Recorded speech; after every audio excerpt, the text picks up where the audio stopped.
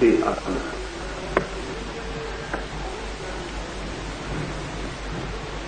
सुबह की चर्चा में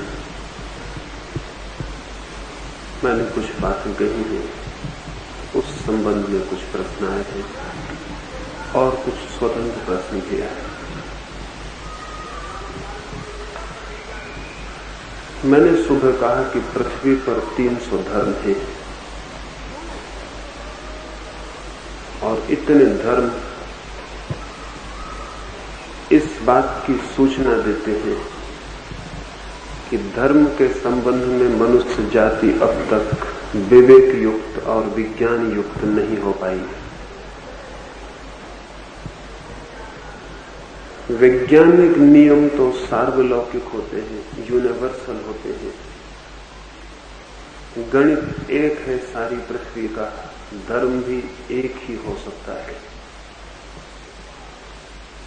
जिस दिन भी हम परमात्मा के संबंध में ठीक बुद्धि युक्त, विचार युक्त और विज्ञान युक्त दृष्टि को उपलब्ध होंगे, उस दिन पृथ्वी पर धर्मों के अलग अलग मंदिर और अलग अलग शास्त्रों की कोई जरूरत नहीं रह जाएगी। एक मित्र ने पूछा है कि इन 300 धर्मों में सर्वश्रेष्ठ धर्म कौन सा है। शायद वो मेरी बात नहीं समझ पाए। सर्वश्रेष्ठ तभी कोई हो सकता है जब दो धर्म हो सकते हो। दो धर्म ही नहीं हो सकते, इसलिए न कोई निकृष्ट है और न कोई श्रेष्ठ है, सब एक से व्यर्थ है। सर्वश्रेष्ठ होने की बात तो तभी संभव है जब एक से ज्यादा हो। या तो गणित ठीक होता है या गलत होता है, कोई श्रेष्ठ और अस्पृश्य नहीं होता। ये जो 300 संप्रदाय हैं, उनका सांप्रदायिक मोह, उनका परंपरा का मोह, उनका श्रद्धा और विश्वास का मोह, उनमें से किसी को भी धर्म नहीं होने देता। किसी बात के सत्य और धर्म होने के लिए जितनी स्वतंत्रता चाहिए, संप्रदाय उस स्वतंत्रता के बिल्कुल विपरीत है। वो शायद मेरी बात नहीं समझ पाए। उनकी बात को, उनके प्रश्न को सुन के मुझे एक घटना याद आती। बर्टन रसल ने एक किताब लिखी और उस किताब में लिखा कि जो व्यक्ति भी इस किताब को पढ़ रहा हो, उसके राष्ट्र से महान राष्ट्र पृथ्वी पर और कहीं नहीं। ये उसने मजाक में लिखा, क्योंकि हर आदमी को यह ख्याल है कि मेरा राष्ट्र महान है। उसने उसकी भूमिका में लिखा कि जो आदमी भी इस किताब को पढ़ रहा है, उसके राष्ट्र से महान और कोई भी राष्ट्र दुनिया में नहीं। हिंदू पढ़ेगा तो सोचेगा हिंदू राष्ट्र, और चीनी पढ़ेगा तो सोचेगा चीनी। एक पोलैंड से एक आदमी ने उसको पत्र लिखा कि आपकी किताब मुझे बहुत पसंद आई और आपने ये बात स्वीकार कर ली कि पोलैंड से महान राष्ट्र कोई भी नहीं है, इससे मैं बहुत प्रसन्न हुआ। बर्टन रसल ने तो सिर्फ इस मजाक में ये लिखा था कि हर आदमी को ये भ्रम है कि उसका राष्ट्र महान, और उस पोलैंड के निवासी ने समझा कि ये मेरे लिए ही लिखा गया है और मेरा राष्ट्र ही महान। तो जब आप पूछ रहे हैं कि इन 300 धर्मों में कौन सा धर्म श्रेष्ठ है, तब आप भली भांति जानते हैं कि कौन सा धर्म श्रेष्ठ है। जिसको आप मानते हैं वही श्रेष्ठ।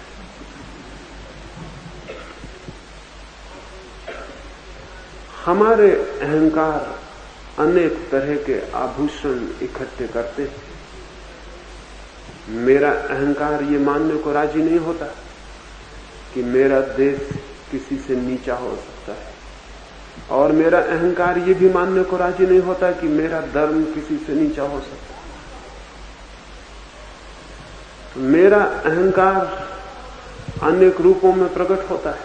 मैं घोषणा करता हूं कि भारत सबसे ऊंचा राष्ट्र, हिंदू धर्म श्रेष्ठतम धर्म है, या मुसलमान धर्म श्रेष्ठतम धर्म है, या जैन धर्म श्रेष्ठतम धर्म। इसमें आप ये घोषणा नहीं कर रहे हैं कि कौन सा धर्म श्रेष्ठ है, इसमें आप ये घोषणा कर रहे हैं कि आप श्रेष्ठ हैं। जिस धर्म को आप मानते हैं वो भी श्रेष्ठ है, और जिस जमीन पर आप पैदा हो जाते हैं वो जमीन भी श्रेष्ठ। सारी दुनिया की जमीन एक जैसी है, न कोई राष्ट्र श्रेष्ठ है और न कोई नीचे है और न कोई ऊपर है। लेकिन न कोई रंग ऊपर है न कोई जाति। लेकिन हमारा अहंकार मानने को राजी नहीं होता कि मुझसे ऊपर भी कोई हो सकता है। ख्याल होता है कि मैं ही सबसे ऊपर हूं, और हम सब तरह की कोशिश करते हैं इस बात को सिद्ध करने की कि मैं ऊपर कैसे हूं। हम अपने अतीत की गुणगाथाएं बढ़ा चढ़ा के पेश करते हैं। हमारे मुल्क में तो ये पागलपन बहुत गहरा है। एक कोने से दूसरे कोने तक साधु संत, बोलने वाले, विचारशील, पंडित, नेता सभी दोहराते फिरते हैं कि भारत जगत गुरु। दुनिया में कोई इस बात को कहे या न कहे, भारत के लोग ही इस बात को कहे चले जाते हैं कि हम जगत गुरु। ये हालत वैसी है जैसे एक दिन एक आदमी ने बाजार में जाके जोर से डंडी पीट दी थी और कह दिया था कि मेरी स्त्री से ज्यादा सुंदर पृथ्वी पे कोई भी नहीं। तो बाजार के लोग पूछने लगे, ये बताया किसने आपको? उसने कहा, ये मेरी स्त्री ने ही मुझे बताया, कि उसने मुझसे कहा है कि उससे ज्यादा सुंदर और पृथ्वी पे कोई भी नहीं। बाजार के लोग हंसने लगे और उन्होंने कहा कि तुम्हारी स्त्री ने तो ठीक कहा, लेकिन तुम पागल हो गए। हम अपने मुंह से ही दोहराते चले जाते हैं कि हम श्रेष्ठ हैं। लेकिन ये बात सीधी अगर कोई आके कहे कि मुझसे श्रेष्ठ और कोई भी नहीं है, तो हम सब कहेंगे तुम्हारा दिमाग खराब हो गया। लेकिन इनडायरेक्टली, परोक्ष रूप से वो कहता है हिंदू धर्म श्रेष्ठ है। हम भी हिंदू हैं, इस बात को इंकार करना मुश्किल हो जाता। वो कहता मुसलमान धर्म श्रेष्ठ है, हम भी मुसलमान हैं, इंकार करना मुश्किल हो जाता।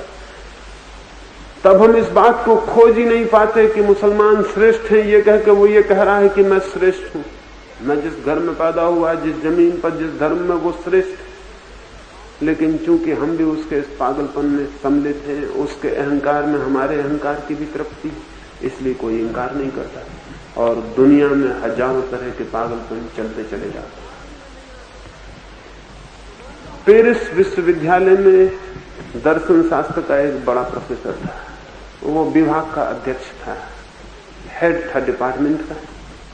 उसने एक बार अपने विद्यार्थियों को कहा कि मुझसे श्रेष्ठ आदमी पृथ्वी पर कहीं भी नहीं। उसके विद्यार्थी थोड़े हैरान हुए। एक गरीब प्रोफेसर कैसे ये घोषणा कर रहा है? उन्होंने कहा, आप तो दर्शन शास्त्र के अध्यापक हैं, आप कैसे ये बात कहते हैं? उसने कहा कि मैं सिद्ध कर सकता हूं। और उसने सिद्ध कर दिया कि वो दुनिया का सबसे श्रेष्ठ आदमी। आपको भी मैं तरकीब बता देता हूं उसने कैसे सिद्ध किया, आप भी फिर सिद्ध कर सकते। उसने दुनिया का नक्शा टांगा और उन लड़कों से पूछा कि तुम ये मानते हो कि फ्रांस दुनिया का श्रेष्ठतम मुल्क है कि नहीं?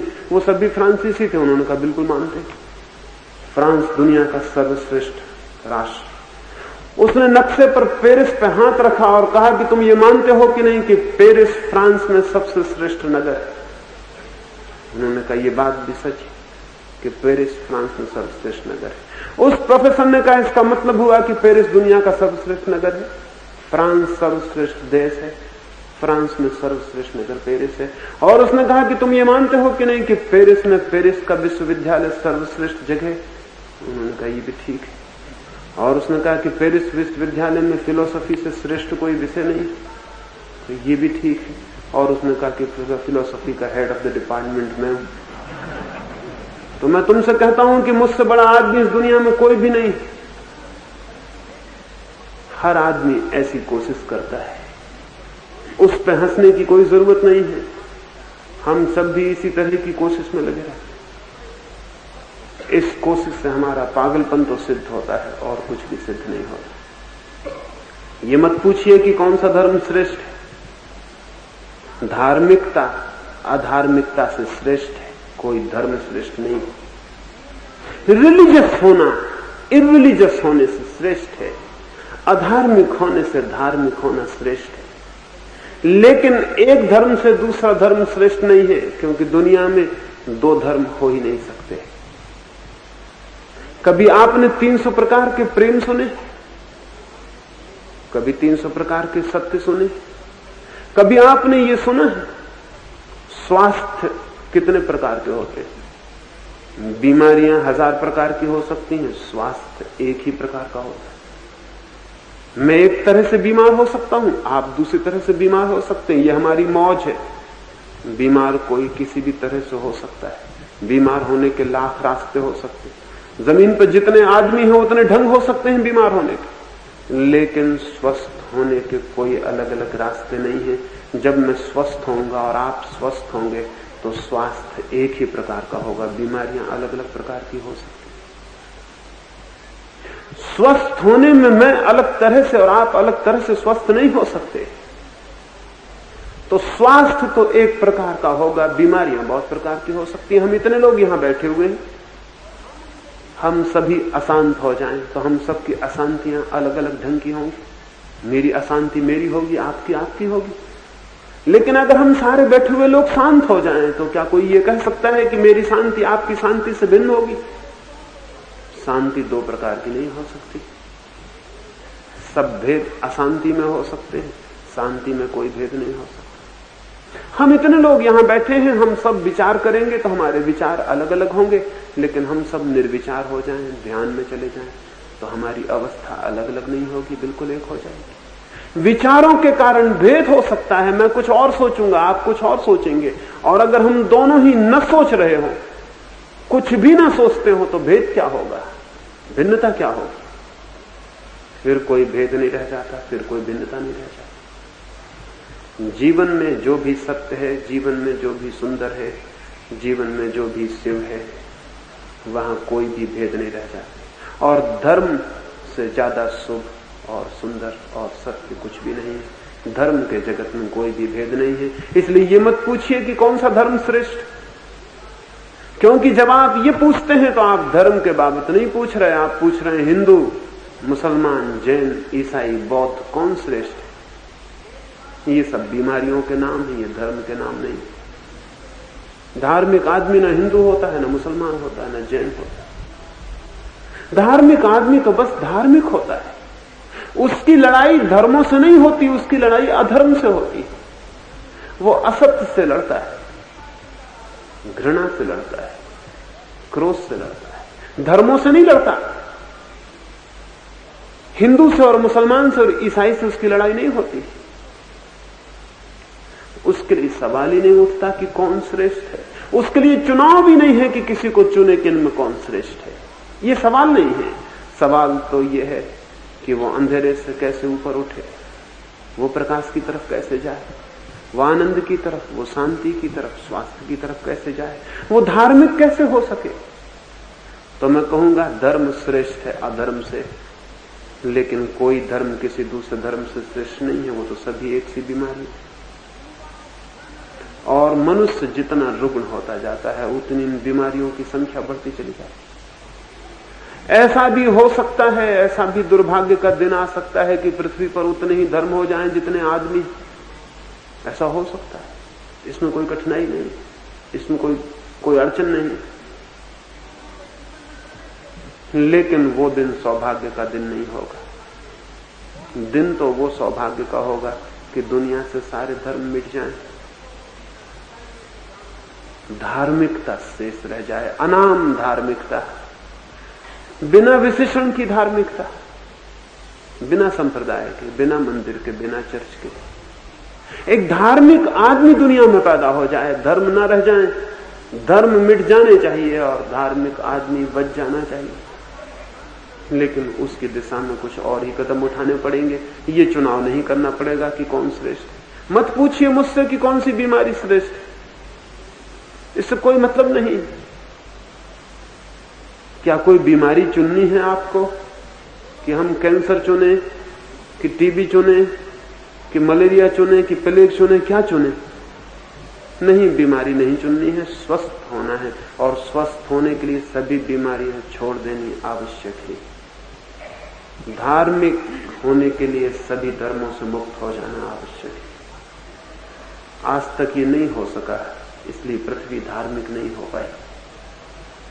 और अगर आगे भी मनुष्य जाति के लोग एक एक धर्म से चिपटे रहेंगे और जकड़े रहेंगे तो दुनिया धार्मिक नहीं हो सकेगी।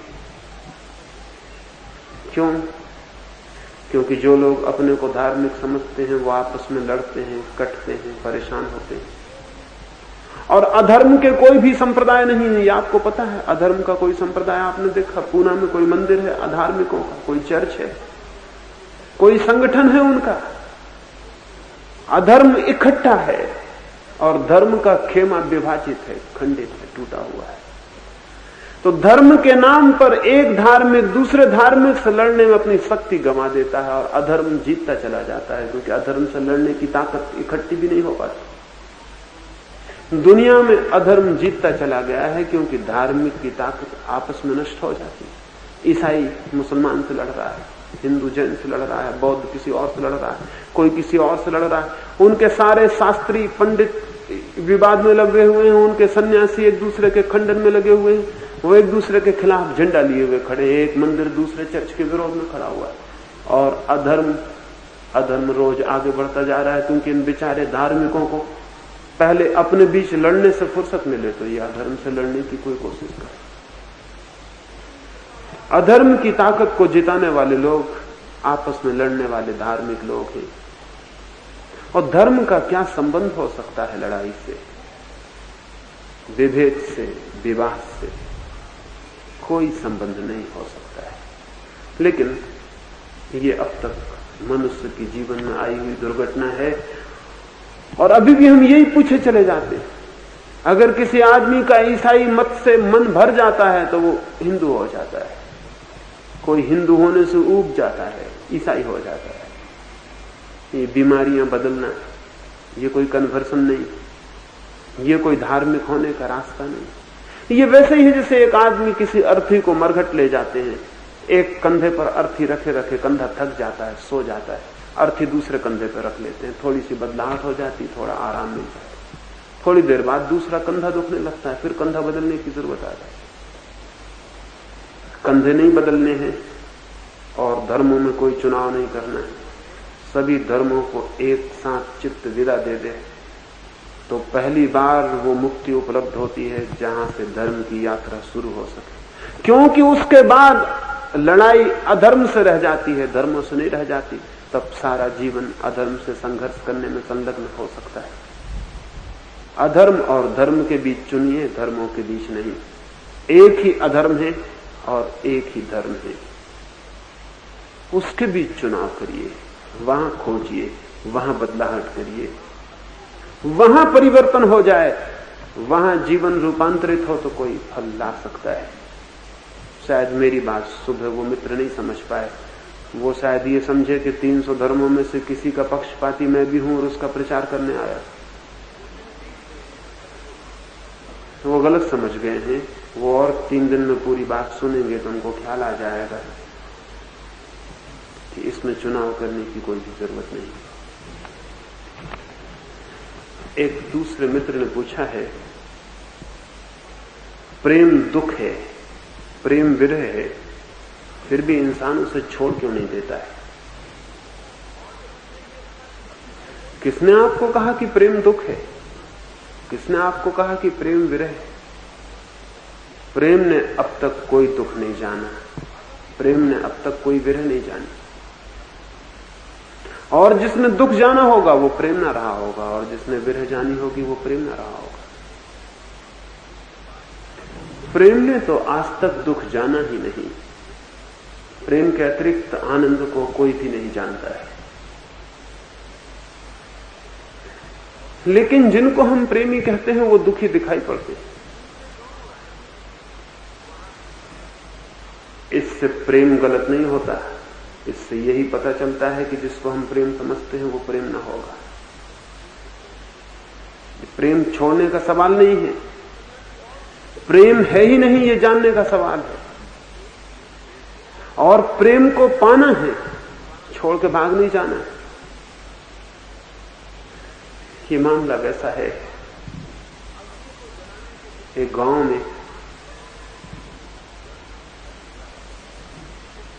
एक बहुत अद्भुत सन्यासी गया।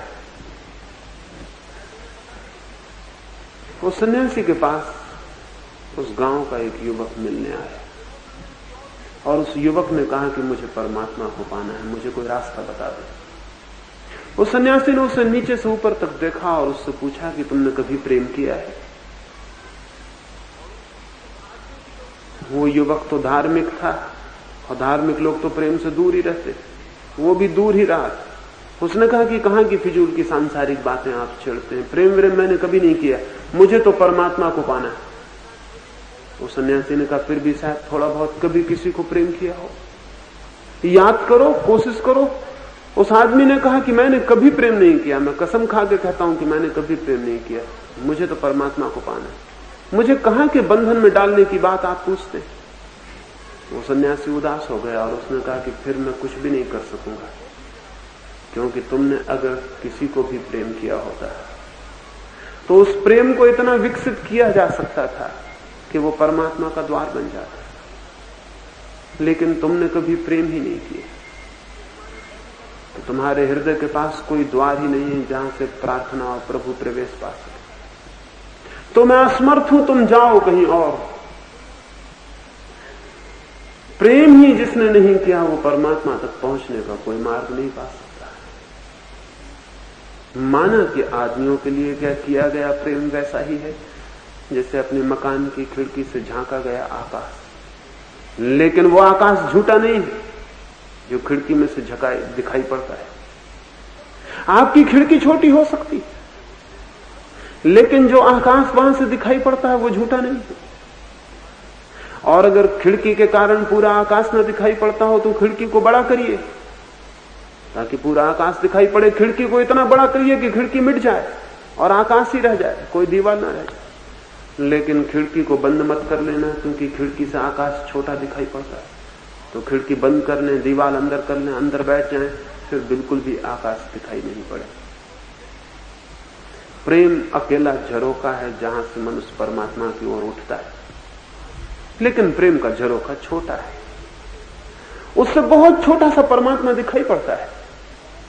प्रेमी में जो दिखाई पड़ता है वो परमात्मा ही है, लेकिन खिड़की से देखा गया परमात्मा बहुत छोटा दिखाई पड़ता है। इस कारण प्रेम को मत तोड़ देना, क्योंकि उससे फिर तो द्वार ही बंद हो जाएगा जहां से और बड़े परमात्मा को खोजा जा सकता। उस द्वार को बड़ा करना, प्रेम को बड़ा करना, प्रेम इतना बड़ा हो जाए कि प्रेमी के पार निकल जाए, प्रेमी को पार कर जाए। प्रेम इतना बड़ा हो जाए कि उसे कोई भी ना रोक सके, वो बड़ा से बड़ा होता चला जाए। धीरे धीरे सभी उसके घेरे में समा जाएं, वो सबको पार कर जाए, सबके अतीत निकल जाए। जिस दिन प्रेम इतना बड़ा हो जाता है कि उसकी कोई सीमा नहीं रह जाती, उसी दिन प्रेम प्रार्थना बन जाता है। प्रेम में दुख नहीं है, प्रेम की सीमा में दुख है, और प्रेम की सीमा तोड़नी है। लेकिन नासमझी चलती रही है बहुत वर्षों से, नासमझी ऐसी चलती रही है कि प्रेम को ही तोड़ दो। आंख में कभी कभी धूल चली जाती है, आंख में तकलीफ होती है तो आंख को फोड़ दो। वो समझाने वाले ऐसा कहते हैं। वो समझाने वाले ये कहते हैं कि पैर में जंजीर पड़ जाती है तो पैर ही काट डालो। वो समझाने वाले ये कहते हैं नाक पे मक्खी बैठ जाती तो नाक काट डालो, क्योंकि नाक बड़ी गड़बड़ चीज, तो मक्खी को बैठने के लिए जगह मिल जाती, अवसर मिल जाता। न होगी नाक न बैठेगी मक्खी। तो वो कहते हैं कि प्रेम के कारण सीमाएं बंध जाती हैं तो प्रेम ही छोड़ दो, क्योंकि न होगा प्रेम न बनेगी सीमा। खिड़की में से झांकते हैं, आकाश सीमित हो जाता है, तो खिड़की बंद कर दो, न होगी खिड़की न होगा आकाश सीमित। लेकिन बड़ी भूल भरी दलील है ये। इस भूल भरी दलील के कारण यह हुआ कि दुनिया में परमात्मा तो आया ही नहीं, प्रेम भी चला गया। इस तर्क का यह परिणाम हुआ, इस फेलिसियस, इस झूठे तर्क का यह परिणाम हुआ कि परमात्मा तो दूर हो गया, प्रेम भी समाप्त हो गया। आज जमीन पे न परमात्मा है न प्रेम। आदमी का प्रेम भी खत्म हो गया, वो भी समाप्त हो गया, वो भी अब नहीं है। उसने वो खिड़की भी बंद कर ली, अब वो अपने घर के भीतर बंद होकर बैठ गया। वो छाती पीट रहा, रो रहा है कि मैं परमात्मा को कहां से पाऊं, और उसे पता नहीं है कि जिन द्वारों से परमात्मा मिल सकता था उन्हीं को वो बंद करके बैठ गया, तो परमात्मा नहीं पाया जा सकता। फिर वो चाहे भागे जंगलों में, वो चाहे नग्न हो जाए, चाहे वो भूखा मरे, चाहे वो कुछ भी करे, गलाए, शरीर को सताए, धूप ताप सहे, कांटों में लेटे, कुछ भी करे, प्रेम की खिड़की के अतिरिक्त परमात्मा तक जाने का न कभी कोई द्वार था और न कभी कोई द्वार हो सकता है। लेकिन प्रेम के शत्रु रहे हैं तथाकथित धार्मिक लोग, तथाकथित साधक लोग प्रेम के शत्रु रहे हैं। क्यों ये शत्रुता पैदा हो गई? ये शत्रुता इसलिए पैदा हो गई दो कारणों से। एक तो प्रेम जिसे उन्होंने समझा वो प्रेम नहीं था, मोह को प्रेम समझा, पोजीशन को, मालकियत को प्रेम समझा, किसी को अपनी मुट्ठी में बंद कर लेने को प्रेम समझा, किसी को परतंत्र कर लेने को प्रेम समझा, सब तरफ से जिसे प्रेम किया उसके आसपास दीवार घेर लेने को प्रेम समझा। और हमें पता ही नहीं है कि प्रेम जब किसी की परतंत्रता बनता है तो उसी क्षण प्रेम समाप्त हो जाता है। इस पृथ्वी पर कोई भी व्यक्ति, कोई भी आत्मा परतंत्रता स्वीकार करने को राजी नहीं, चाहे वो आपकी पत्नी हो, चाहे आपका पति हो, चाहे आपका बेटा हो, चाहे आपका मित्र हो। इस पृथ्वी पर कोई भी चेतना परतंत्रता स्वीकार करने को राजी नहीं है। वो चेतना का धर्म नहीं है, वो चेतना का स्वभाव नहीं है। चेतना चाहती है स्वतंत्रता, और जिसको आप प्रेम कहते हैं वो लाता है परतंत्रता। आप भी परतंत्रता लाते हैं और जिसे आप प्रेम करते हैं वो भी आपके लिए परतंत्रता लाता है। आप दोनों एक दूसरे को घेर के उसके मालिक हो जाना चाहते हैं। फिर इस मालकियत से दुख शुरू होता है, इस मालकियत से पीड़ा शुरू होती है, इस मालकियत से कष्ट शुरू होता है। फिर हम गाली देना शुरू करते हैं कि प्रेम बड़ा जंजाल है, इस प्रेम के बाहर हो जाना चाहिए, प्रेम छोड़ देना। नहीं साहब, प्रेम जंजाल नहीं है, और न प्रेम दुख है और न पीड़ा है। प्रेम के नाम से जो परतंत्रता आप थोप रहे हैं एक दूसरे के ऊपर, वो पीड़ा है, वो जंजाल है, वो दुख है। प्रेम को बचाइए और परतंत्रता को जाने दीजिए, खिड़की को तोड़िए और आकाश को देखिए, परतंत्रता छोड़िए। अगर प्रेम के पूरे आनंद को उपलब्ध होना है तो न परतंत्रता लादिए और न परतंत्रता स्वीकार करिए। प्रेम को एक मुक्तता, एक स्वतंत्रता में दिशा और आयाम मिले तो प्रेम निरंतर बड़ा होता चला जाता है। बहुत जल्दी प्रेम प्रेमी के पार हो जाता है, प्रेमी का अतिक्रमण कर जाता है। बहुत शीघ्र वो सारी सीमाओं को छोड़ के ऊपर उठने लगता है और असीम के निकट पहुंचने लगता है। लेकिन हम तो उसे बांध के घेरे में रख लेना चाहते हैं। जैसे किसी के घर में फूल खिल जाए और वो जल्दी से फूल को अपने घर के भीतर ले जाके तिजोरियों में बंद कर ले, सोचे कि कहीं कोई फूल उसका ले ना जाए, कहीं किसी की नजर न पड़ जाए उस फूल पर, कहीं ऐसा ना हो कि फूल के सौंदर्य का वो अकेला मालिक ना हो कि दूसरे भी उसके देखने वाले हो जाएं, दूसरे भी मालिक हो जाएं। कहीं उस फूल का आनंद किसी और को ना मिल जाए तो जल्दी से जाके अपनी तिजोरी में बंद कर देता है। बड़ा खुश होता है, बड़ा नाचता है तिजोरी के आसपास कि मैंने बड़ी उपलब्धि कर ली, मैंने एक सुंदर फूल अपनी तिजोरी में बंद कर दिया। लेकिन उसे पता नहीं कि जो खुले आकाश में खिला था वो बंद तिजोरियों में मर जाता, जो खुले आकाश में, खुले सूरज में प्राणवान था वो बंद तिजोरियों में मृत हो जाता है। तिजोरी उसकी कब्र है, और जब वो चाबी से खोलेगा अपनी तिजोरी को तो पाएगा वहां तो वो मर गया जिसे वो बंद कर लाया। तब फिर वो रोएगा और चिल्लाएगा और कहेगा ये बड़ा जंजाल है, ये बड़ा दुख है, ये बड़ा विरह हो गया, ये बड़ी पीड़ा हो गई, ये बड़ी चिंता और संताप हो गया। तब वो कहेगा कि फूलों को प्रेम करना ही ठीक नहीं, फूलों के सौंदर्य को देखना ही ठीक नहीं। आंख बंद कर लो फूलों की तरफ, कभी फूलों की बगिया में मत जाना, निकल जाओ तो पीठ कर लेना, ऐसे जगह भाग जाओ जहां फूल ना होते हो, जहां प्रेम ना होता। वो आदमी ये नहीं देख रहा है कि फूल की गलती न थी, न फूल के सौंदर्य का कसूर था, न फूल को किए गए प्रेम की भूल थी। भूल थी तो ये थी कि वो उसका मालिक होना चाहा, जिसका कभी कोई मालिक नहीं हो सकता है। बस उस मालकियत में सारी भूल हो गई, उस पोजीशन में सारी भूल हो गई, उस परिग्रह में सारी भूल हो गई। दुनिया स्वर्ग बन सकती है अगर प्रेम परिग्रह न बने, अगर प्रेम मालकियत न बने तो दुनिया कुछ से कुछ हो जाए। लेकिन ये नहीं होता, और नहीं होने के कारण हम पीड़ा उठाते हैं।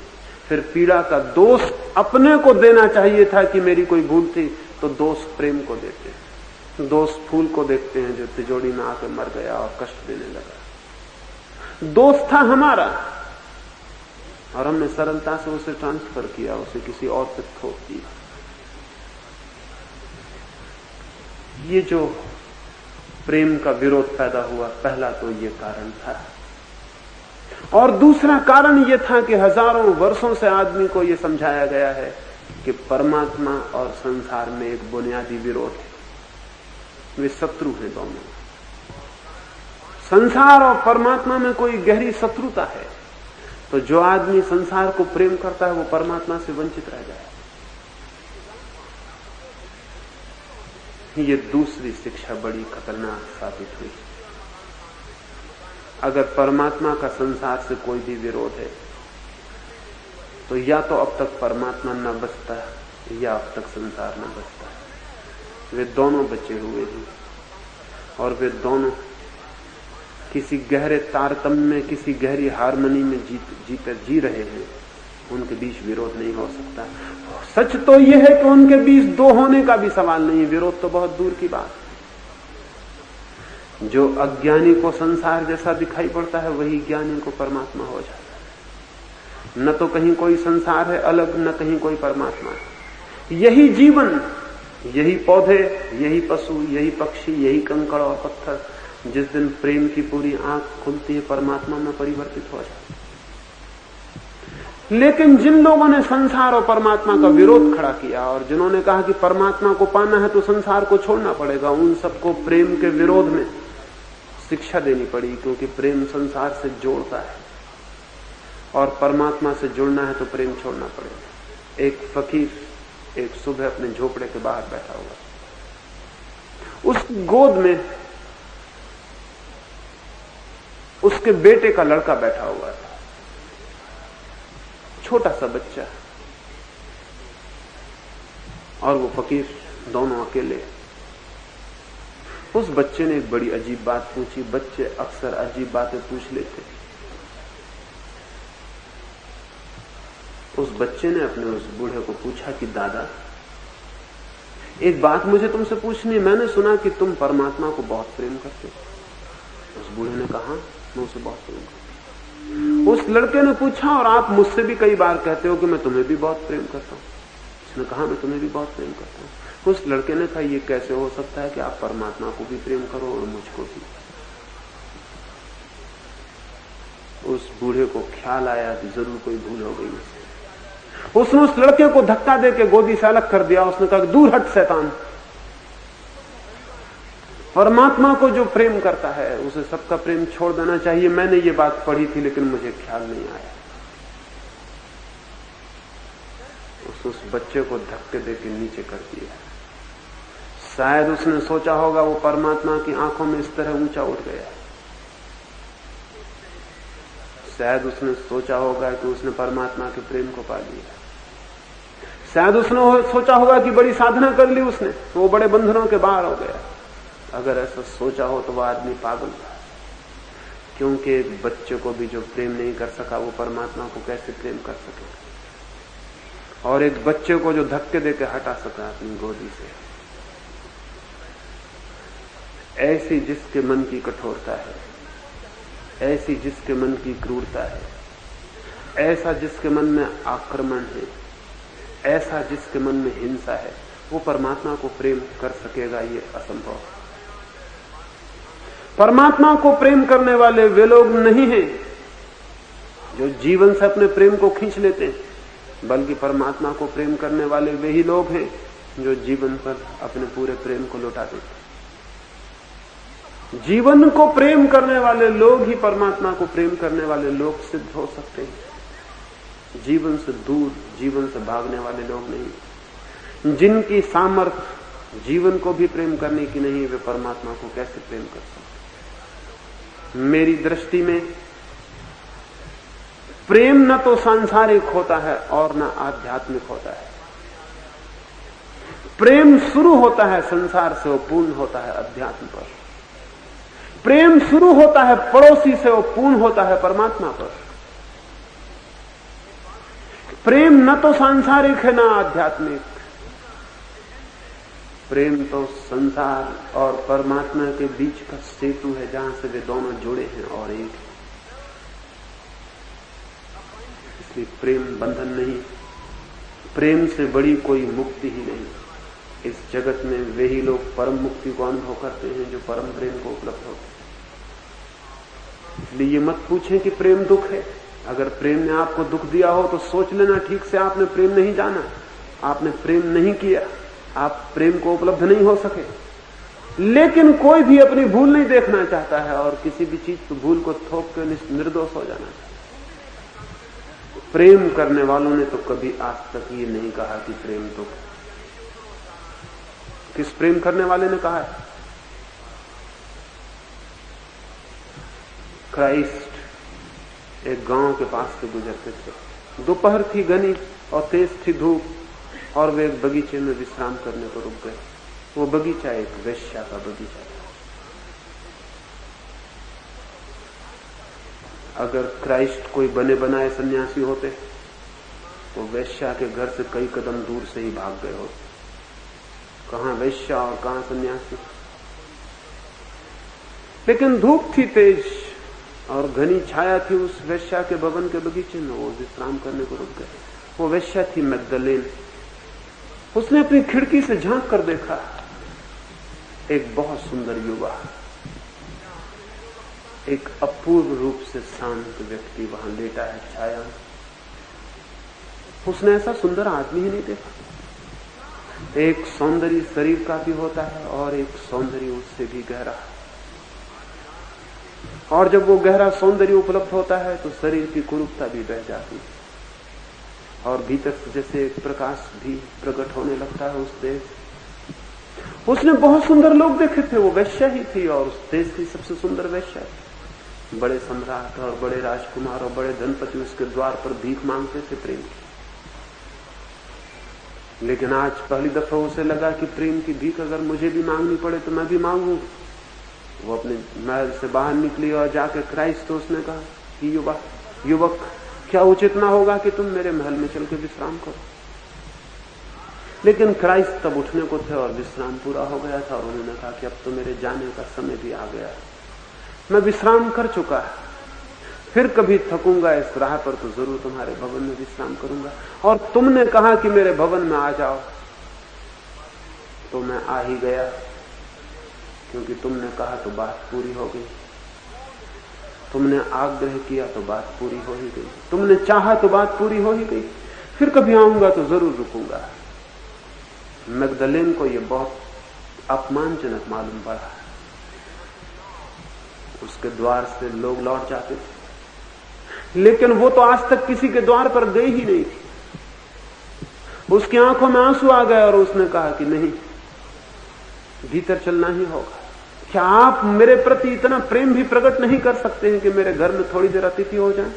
तो क्राइस्ट ने मैगदलेन को कहा, मैगदलेन, बहुत लोग तेरे पास प्रेम करने आए होंगे, लेकिन मैं तुझसे कहता हूं कि मेरे अतिरिक्त उनमें से तुझे कोई भी प्रेम नहीं कर सकता। लेकिन तू जिस प्रेम को पहचानने की आदी हो गई, शायद तू नहीं पहचान पा रही मेरे प्रेम को। किसी दिन हो सकता है तुझे दिखाई पड़े कि प्रेम क्या है, और उस दिन तू जानेगी कि कौन प्रेम कर सकता है। जिस हृदय से घृणा विलीन हो गई हो, जिस चित्त से क्रोध समाप्त हो गया हो, जिस चित्त ने सबके मंगल की कामना को अपनी जगह में, अपने हृदय में जगह दे दी हो, जो प्राण सबके लिए प्रार्थना से भर आए हो, वे ही तो प्रेम करने में समर्थ हो। लेकिन हमारा हृदय तो एक के मंगल की कामना से भी आपूरित नहीं होता है। जिन्हें हम प्रेम करते हैं उनका भी हम सिर्फ शोषण करते हैं, प्रेम नहीं। वे भी हमारी उपयोगिताएं, उनके द्वारा भी हमारा हित, अपना हित सधता है। अगर मुझे पता चल जाए कि जिससे मैं प्रेम करता हूं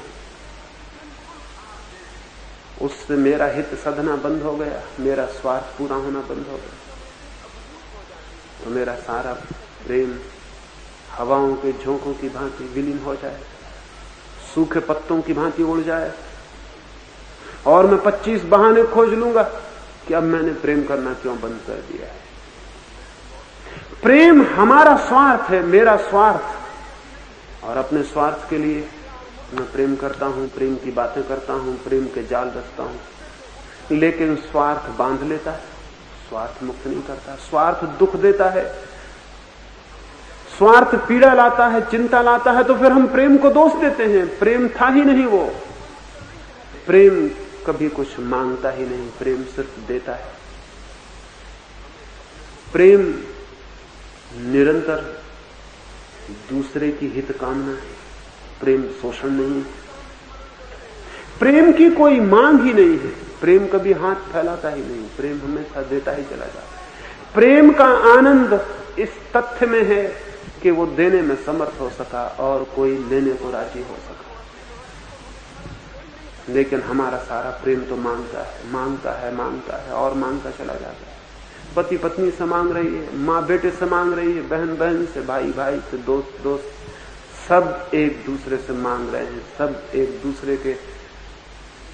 दूसरे से कुछ लेने को आतुर और उत्सुक है।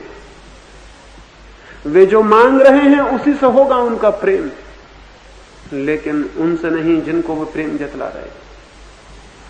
जो उन्होंने मांगा है मिल जाएगा और प्रेम तुरोहित हो जाएगा और हवा हो जाएगा, और तब प्रेम पीड़ा देता हुआ मालूम होगा अगर नहीं मिलेगा वो जो चाहा गया था। प्रेम कोई इच्छा नहीं है, प्रेम कोई वासना नहीं है, प्रेम से बड़ी कोई साधना नहीं है, क्योंकि प्रेम है दान, वो है बांटना, और वो चीजों का बांटना नहीं है, वो है हृदय का बांटना, स्वयं को बांटना। तो जब भी कोई प्रेमी समर्थ हो पाता है अपने को बांटने में, तब वो उस आनंद को अनुभव करता है जिसकी हमें कोई खबर नहीं, वो सुख को जान लेता है जिसका हमें कोई पता नहीं, वो कृतार्थ हो जाता है, वो धन्य हो जाता है। उसी धन्यता में उसे पहली बार पता चलता है कि क्या है ग्रेटिट्यूड, क्या है अनुग्रह। उसी धन्यता में उसे पहली बार उसके हाथ आकाश की तरफ उठते हैं और परम सत्ता की ओर उसके प्राण झुकते हैं। उसी अनुग्रह में, प्रेम के अनुग्रह में पहली बार प्रार्थना का जन्म होता है, और प्रेम के अनुग्रह में ही पहली बार परमात्मा के मंदिर की सीढ़ियां स्पष्ट होनी शुरू हो जाती। रविंद्रनाथ मरने को थे और उन्होंने अपने अंतिम गीतों में एक गीत लिखा है, और उस गीत में लिखा है कि हे परमात्मा, तेरी पृथ्वी बहुत सुंदर थी और तेरा संसार बहुत अद्भुत था। जितना भी मैं प्रेम कर सका उतना मैं आनंद पा सका, और अगर मैंने कोई कष्ट पाए तो वो मेरे प्रेम की कमी थी, वो तेरे संसार की कमी नहीं थी। और मैं तुझसे प्रार्थना करता हूं कि मैं मुक्ति नहीं चाहता और मैं कोई मोक्ष नहीं चाहता। मैं तो यही चाहता हूं कि तू मुझे इस योग समझना, इस योग बनाना कि मैं बार बार लौट के आऊं तेरे संसार को प्रेम कर सकूं। वो घड़ी आ जाए एक दिन कि मेरा परिपूर्ण हृदय तेरे संसार के प्रति परिपूर्णता और प्रेम से भर जाए। उसी क्षण को मैं जान लूंगा कि मुक्ति मेरे द्वार आ गई। प्रेम जिस दिन पूर्ण होता है उसी दिन व्यक्ति पूर्ण मुक्त हो जाता है। प्रेम के विरोध में नहीं है मुक्ति, प्रेम में, प्रेम के भीतर ही है मुक्ति। प्रेम की शत्रुता में नहीं, प्रेम के प्रति पीठ करके नहीं। और चूंकि धर्म ने प्रेम का विरोध लिया इसलिए धर्म संसार को उजाड़ने वाला सिद्ध हुआ, बनाने वाला नहीं। ये पृथ्वी स्वर्ग हो सकती थी, ये नरक हो गई, क्योंकि जिस सूत्र से ये स्वर्ग हो सकती थी धर्मों ने उसी का विरोध ले लिया, वे उसी के शत्रु होकर खड़े हो गए। मैं प्रेम का विरोधी नहीं हूं और मैं मानता भी नहीं कि कोई धार्मिक व्यक्ति प्रेम का विरोधी हो सकता है। कांटे होंगे कुछ, लेकिन वे कांटे प्रेम के कांटे नहीं है, वे कांटे किसी दूसरी चीज के हैं, और वो दूसरी चीज से मुक्त हुआ जा सकता है, और जितने उससे मुक्त होंगे प्रेम उतना ही बड़ा होगा। लेकिन उन कांटों के कारण प्रेम को मत फेंकें। अगर कांटे दूर भी ना हो सके तो भी प्रेम को मत फेंक देना, क्योंकि 1000 कांटों में खिला हुआ गुलाब का एक फूल अगर कांटों में भी खिला हुआ है तब भी फूल है और बहुत अद्भुत है। कांटों के कारण गुलाब को उखाड़ के घर के बाहर मत फेंका। कोशिश करना कि कांटों से बिना भी गुलाब का फूल पैदा हो सके। बिना कांटों का गुलाब भी होता है, बिना कांटों का प्रेम भी होता है। लेकिन अगर कांटे न फेंके जा सके तो भी मैं प्रार्थना करता हूं कि फूल को मत फेंक देना, क्योंकि वो घर जिसमें कांटों वाला गुलाब है उस घर से बेहतर है जिसमें कोई गुलाब ही नहीं। कांटे फेंके जा सकते हैं, साथ गुलाब भी फेंक जाता हो तो फिर कांटे भी बचा लेना। वे कांटे भी प्यारे हैं जो गुलाब के साथ हैं। हाँ, ये हो सकता है कि कांटों से मुक्त हुआ जा सके और फूल गुलाब का पैदा किया जा सके। वैसा हो सके तो सौभाग्य है, वो हमारी कामना होनी चाहिए, वो हमारी प्रार्थना कि वैसा हो सके। बिना कांटों के गुलाब घर में हो तो बहुत शुभ, लेकिन गुलाब भी ना हो उससे बेहतर तो कांटों का गुलाब भी मुझे स्वीकृत है। प्रेम की पीड़ा भी स्वीकार है मुझे अगर बिना पीड़ा के प्रेम ना हो सके, लेकिन मैं आपसे कहता हूं कि बिना पीड़ा के प्रेम होता है, हो सकता है। सच तो यह है कि प्रेम जब भी होता है बिना पीड़ा के ही होता है। पीड़ा हमारी भूल है, पीड़ा हमारी भूल है, वो प्रेम की भूल नहीं। इसे थोड़ा ध्यान में लेंगे तो जीवन में प्रेम और परमात्मा के बीच का विरोध नष्ट हो सकेगा, संसार और सत्य के बीच की खाई टूट सकेगी और तब ज्यादा निर्विघ्न मन, ज्यादा सहज, ज्यादा सरलता से जीवन की धारा परमात्मा के सागर की तरफ बह सकेगी। जीवन बह रहा है निरंतर प्रेम की तरफ, उसे रोकना मत, उसे बहने देना और ये कोशिश करना कि वो सब प्रेम धीरे धीरे प्रार्थना में परिवर्तित होता चला जाए। वो सब प्रेम धीरे धीरे पार्थिव को पार करता चला जाए। वो सब प्रेम धीरे धीरे सारी सीमाओं को छोड़ता ऊपर असीम की तरफ उठता चला जाए। जब प्रेम असीम को उपलब्ध हो जाता है तो व्यक्ति धन्यता को उपलब्ध हो जाता है, वो जीवन की परम उपलब्धि। एक अंतिम छोटा सा प्रश्न और फिर मैं अपनी बात पूरा करूंगा। 5-6 मित्रों ने पूछा है श्रद्धा और विश्वास के लिए, जिसके संबंध में मैंने सुबह बात की। एक मित्र पूछते हैं बुद्धि जहां काम नहीं करती वहां क्या करें? वहां कुछ भी मत करें, वहां चुप रह जाए। बुद्धि जहां काम नहीं करती वहां चुप रह जाएं, वहां मौन हो जाएं, वहां साइलेंट हो जाएं। इतना सौभाग्य की बात यह है कि कहीं जाके बुद्धि काम नहीं करती तो चुप हो जाएं, मौन हो जाएं, वहीं ध्यान शुरू हो जाए। लेकिन वो कहते हैं कि जहां बुद्धि नहीं काम करती वहां हम श्रद्धा करेंगे, वहां हम विश्वास करेंगे। क्या आप सोचते हैं श्रद्धा और विश्वास बुद्धि के काम नहीं है? किस चीज से श्रद्धा करते हैं आप, किस चीज से विश्वास करते हैं? बुद्धि से। श्रद्धा और विश्वास बुद्धि के बाहर नहीं है, बुद्धि के भीतर है। बुद्धि के भीतर है और बहुत बुद्धिमत्तापूर्ण भी नहीं है। बुद्धि के भीतर है, बहुत अबुद्धि के सूचक है। जो आदमी विश्वास करता है वो विश्वास कैसे करता है, कहां से करता है, कैसे कर लेता है विश्वास? बुद्धि से ही दलीलें जुटा लेता है विश्वास के लिए। कहता है कि महापुरुषों ने कहा है तो वो क्या असत्य कह सकते? कहता है कि शास्त्रों में लिखा है, वेद में लिखा है, कुरान में लिखा है, बाइबल में लिखा है, तो क्या झूठ हो सकता है? महावीर ने कहा, बुद्ध ने कहा, कृष्ण ने कहा, तो क्या गलत हो सकता है? ये बातें कौन कर रहा है? ये दलीलें कौन दे रहा है? ये गीता, बाइबल, कुरान का उद्धरण कौन दे रहा है? ये बुद्धि नहीं दे रही, ये कौन दे रहा है? बड़े मजे की बात है, ईश्वर के पक्ष में जो दलीलें दी जाती हैं वो बुद्धि की दलीलें नहीं, और विपक्ष में जो दलीलें दी जाती हैं वो बुद्धि की दलीलें। ईश्वर का खंडन कोई करता है तो हम कहते हैं बुद्धि का उपयोग नहीं है, इसमें बुद्धि की जरूरत नहीं। और जब कोई ईश्वर का समर्थन करता है तो हम बिल्कुल चुपचाप बैठे रहते हैं कि बिल्कुल ठीक कहा जा रहा है। समर्थन भी बुद्धि का है, विरोध भी बुद्धि का है। मनुष्य जो भी कह सकता है और जिस बात का भी पक्ष ले सकता है और जिसके भी विपक्ष में हो सकता है, वो सब बुद्धि का है। जहां भी पक्ष है, जहां भी विपक्ष है, वो सब बुद्धि का है।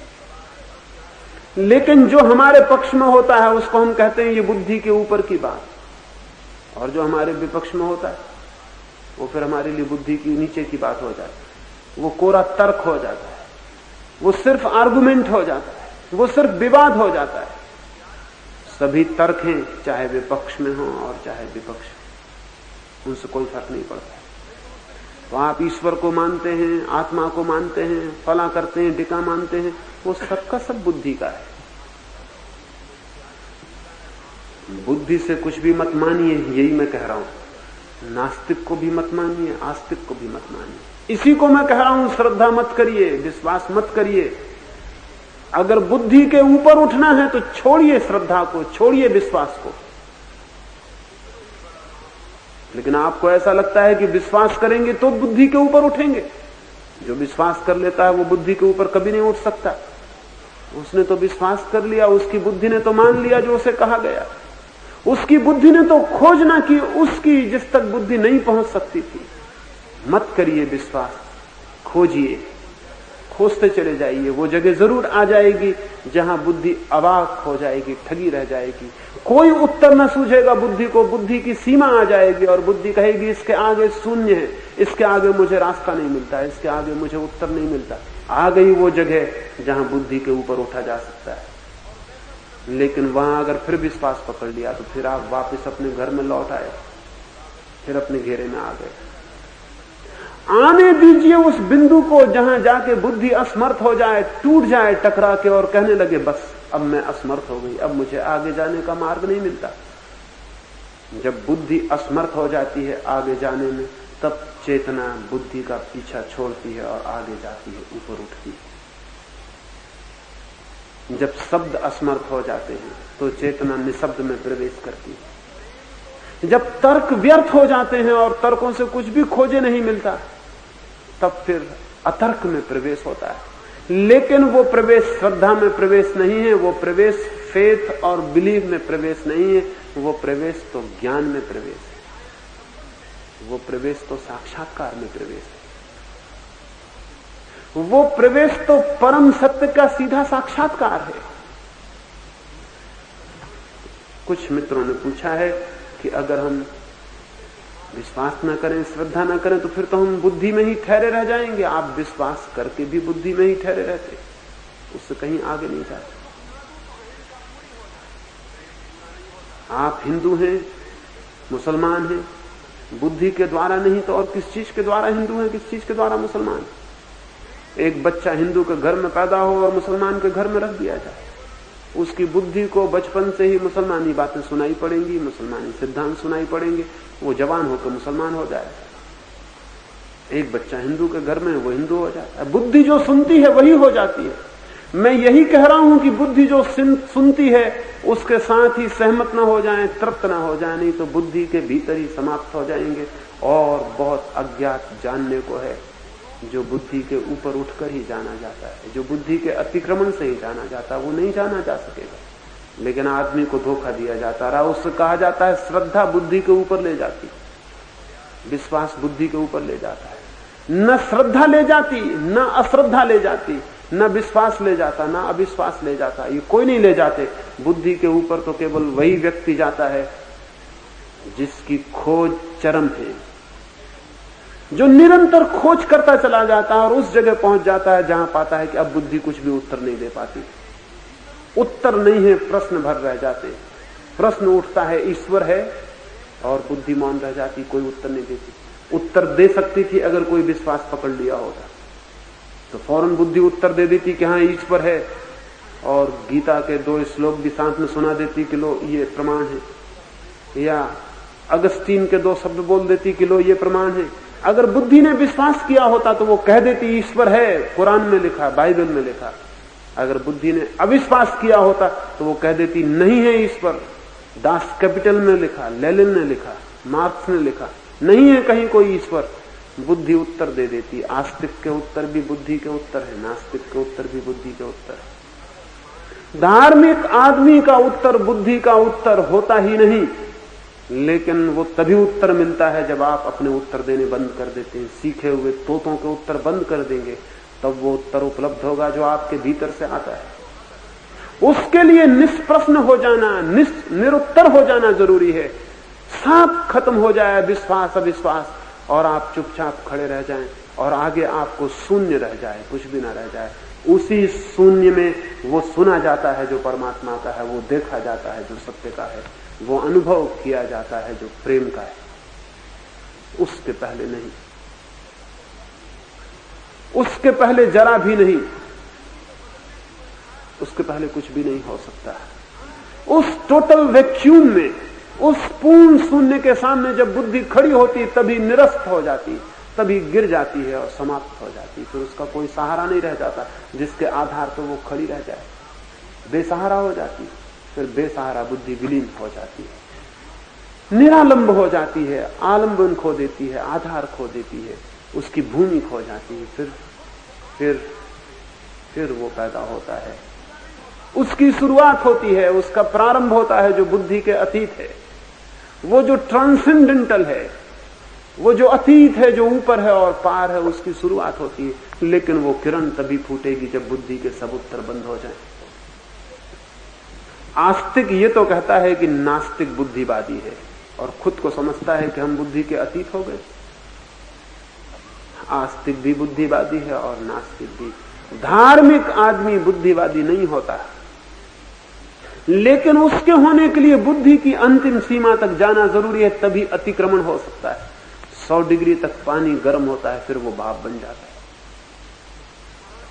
कोई कहे कि हम 99 डिग्री पे भाप बनाएंगे, 98 डिग्री पे बनाएंगे, तो सपने में बना सकता है, सच्चाई में नहीं बना सकता। भाप तो 100 डिग्री पे बनेगी। 100 डिग्री तक पानी पानी ही रहेगा। 100 डिग्री पर पहुंच के पानी जवाब दे देगा कि इसके आगे गर्मी मैं नहीं सह सकता हूं, इसके आगे अगर गर्मी सहनी है तो भाप बनानी पड़ेगी। अब पानी काम नहीं देगा तो भाप बननी शुरू हो जाएगी। बुद्धि की भी एक सीमा है, लेकिन आप उसके पहले रुक जाते हैं 98 डिग्री पर। 98 तो बहुत दूर की बात, 2 ही डिग्री पर रुक जाते। बच्चा पैदा नहीं हुआ कि उसकी बुद्धि की कोई खोज ही शुरू नहीं होती। उसको समझाते थे ईश्वर है, मान लो, चलो ये मंदिर है, मूर्ति है, पूजा करो। वो बेचारा पूजा करने लगता है। 2 वर्ष का बच्चा, उसके दिमाग में आपने जहर डालना शुरू कर दिया, उसकी बुद्धि उस सीमा तक पहुंच ही नहीं पाएगी जहां से बुद्धि अतीत, जहां से उस जगह की शुरुआत होती जो बुद्धि के ऊपर है, उसकी शुरुआत ही नहीं हो पाएगी। 2 डिग्री पर रोक गए हैं आदमी सभी के सब। और उनसे अगर कहो कि छोड़ो ये विश्वास, तो वो कहते हैं कि फिर हम बुद्धि के अतीत नहीं जा सकेंगे। यही विश्वास उनको बुद्धि के अतीत जाने से रोके हुए। 100 डिग्री तक जाना होगा, अन्वेषण करना होगा, खोज करनी होगी, बुद्धि की क्लाइमैक्स तक पहुंचना होगा, इवेपोरेटिंग पॉइंट तक पहुंचना होगा जहां बुद्धि भाप बनती है और विलीन हो जाती है। उस समय तक थोड़ी पीड़ा झेलनी पड़ेगी, चिंतन की, विवेक की, विचार की, तर्क की। उस क्षण तक थोड़ी चिंतना करनी पड़ेगी, थोड़ी इंक्वायरी करनी पड़ेगी। और जब इंक्वायरी उस जगह पहुंच जाएगी, बुद्धि कह देगी कि बस अगर इसके आगे जाना है तो मैं हार गई, अब मेरे जाने का काम न रहा। अगर आप वापस लौट आए तो बात दूसरी। अगर आपने कहा कि मुझे तो आगे जाना है, चाहे बुद्धि साथ दे चाहे साथ ना दे, मैं तो आगे जाने को हूं, तो आपकी दुनिया में एक नई दुनिया शुरू होगी, एक नया युग शुरू होगा, एक नई सीमा शुरू होगी जहां से बुद्धि और विचार समाप्त हो जाता है और निर्विचार और समाधि का जन्म होता है। तो जिन्हें जाना है समाधि तक, उन्हें विश्वास अविश्वास, श्रद्धा अश्रद्धा, आस्तिकता नास्तिकता, इनके ऊपर उठ जाना आवश्यक है। इसलिए मैंने जोर दिया है। मेरा कोई मतलब ये नहीं है कि आप केवल तर्क वितर्क करते हुए बैठे रहें। मेरा जोर यह है कि तर्क वितर्क कर लेना जरूरी है, ताकि आपको पता चल जाए कि बुद्धि कहां तक तर्क वितर्क कर सकती है और फिर कहां जाके पार हो जाए। जिस दिन आप असहाय पाएंगे अपने को, उसी दिन कोई बड़ी विराट शक्ति आपका सहारा बन जाएगी और आपका आपके हाथ में हाथ आ जाएगा और आप आगे बढ़ जाएंगे। एक छोटी सी घटना से आपको समझाऊं।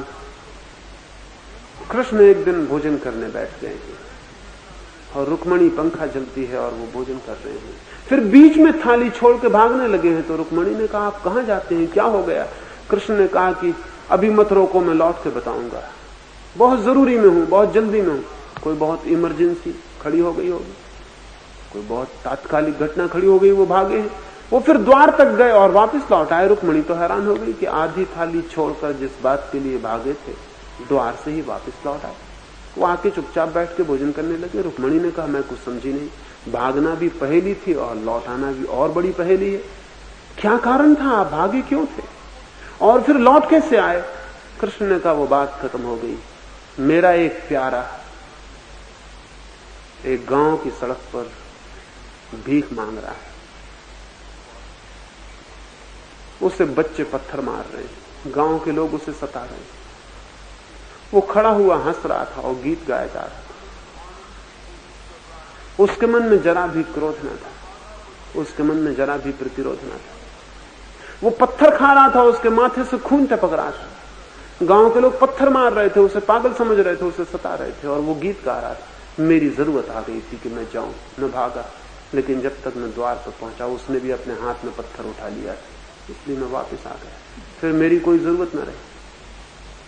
अब उसने खुद ही अपना पत्थर उठा लिया, अब वो जवाब दे रहा है, अब मेरा वहां कोई काम न रहा। वो बिल्कुल बेसहारा था, मेरी जरूरत थी, अब उसने खुद अपना सहारा खोज लिया। अब मेरी कोई जरूरत नहीं, मैं वापस लौटा। इस कहानी को ऐसा मत समझ लेना कि घर में आप कृष्ण भगवान की मूर्ति रख के बैठ जाओ, कहें कि आओ सहारा दो, बच्चा बीमार है। ये मैं नहीं कह रहा हूं कि बच्चे को चेचक निकली है तो चलो इलाज करो भगवान आके, कि हम मुकदमा ना हार जाएं, इसमें कुछ सहायता करो। ये मैं नहीं कह रहा हूं। ये कहानियां इतिहास नहीं है, ये कहानियां पैराबल्स हैं, ये कहानियां सब प्रबोध है। ये कहानी ये कहती है कि परमात्मा की शक्ति उसको उपलब्ध होती है जो अपनी शक्ति का सब सहारा छोड़ देता है, जो अपना तर्क छोड़ देता, अपना वितर्क छोड़ देता, अपना विश्वास छोड़ देता, अपना विश्वास छोड़ देता है, जो मौन और शून्य में खड़ा रह जाता है, जो अपनी सारी पकड़ छोड़ देता, सारी क्लिंगन छोड़ देता है, अपनी मुट्ठी खोल देता है और कह देता है कि मैं कुछ भी नहीं पकड़ता, क्योंकि मैं क्या जानता हूं जो पकड़ूं, क्या सत्य है मुझे पता नहीं, क्या परमात्मा है मुझे पता नहीं, क्या मार्ग है मुझे पता नहीं, मुझे कुछ भी पता नहीं, मैं निपट अज्ञानी हूं, मैं बेसहारा हूं, मैं सब छोड़ के खड़ा हो गया हूं। ऐसी टोटल हेल्पलेसनेस जब पैदा होती है, ऐसी पूर्ण बेसहारा स्थिति जब पैदा होती है, तब उस परम शक्ति का सहारा मिलना शुरू हो जाता है। बुद्धि जब बेसहारा होती है तो समाधि की झलकें आनी शुरू हो जाती है, लेकिन विश्वासी की बुद्धि और अविश्वासी की बुद्धि कभी भी बेसहारा नहीं होती। उसके हाथ में गीता है, कुरान है, कृष्ण है, बुद्ध है, महावीर है, सब है, और वो सबका सहारा लिए खड़ी है। जो आदमी किसी का सहारा लिए खड़ा है वो परमात्मा को वंचित कर रहा है कि वो उसे सहारा दे दे। जो आदमी किसी के पीछे चल रहा है वो परमात्मा को मौका नहीं दे रहा कि उसका साथी हो जाए। जो आदमी अपने विश्वास किए बैठा है वो मौका नहीं दे रहा उसकी चेतना को कि चेतना बुद्धि का अतिक्रमण कर जाए, फिर वो रोता रहे, चिल्लाता रहे, भजन करे, कीर्तन करे, मंदिरों में जाए, मस्जिदों में जाए, चरणों में झुके गुरुओं के, कहीं भी कुछ नहीं होगा। जीवन उसका पूरा व्यर्थ जाएगा। जब तक वो ये ना जान ले कि मैं अपने ही सहारे खोज रहा हूं, तब तक कोई सहारा नहीं मिल सकता। एक बेसहारा होने का भी अपना सहारा है, ना कुछ हो जाने का भी अपना सब कुछ हो जाने का मार्ग है, सब छोड़ देने का भी एक अद्भुत भूमि को उपलब्ध करने का द्वार है जहां सब उपलब्ध हो जाता है। तो मैं जो जोर दे रहा हूं कि सब तरह के बुद्धि के सहारे छिन जाएं, वो इसलिए ताकि बुद्धि का अतिक्रमण हो सके। बुद्धि के अतिक्रमण के बिना सत्य का कोई अनुभव नहीं। इस संबंध में और आने वाली 2 दिन की चर्चाओं में बात स्पष्ट हो सकेगी। कुछ प्रश्न रह गए, उन पर मैं कल आपसे बात करूंगा। मेरी बातों को इतनी शांति, इतने प्रेम से सुना, उससे बहुत बहुत अनुग्रहित हूं। और अंत में सबके भीतर बैठे परमात्मा को प्रणाम करता हूं। मेरे प्रणाम स्वीकार करें।